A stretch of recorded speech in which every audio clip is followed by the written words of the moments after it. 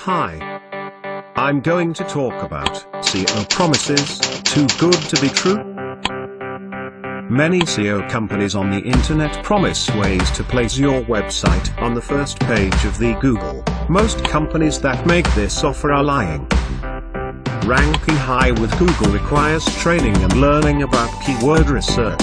A person has to know what keywords to use and how to put those words together. You must have the ability to find phrases that are not too common, but popular enough to receive traffic. A phrase such as "make money online" has too much competition, meaning too many people use it. Therefore, this makes it really hard to rank with on Google. Finding the right phrases to put together requires training with keyword density, keyword competition, and the different ways to put those phrases together. Any person can learn how to search for certain terms, with time and practice. It is possible to have your website or advertising tool first on Google.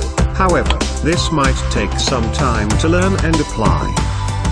If you truly want to achieve search engine optimization, visit the site below the video. You need to receive some training about the internet and keyword research.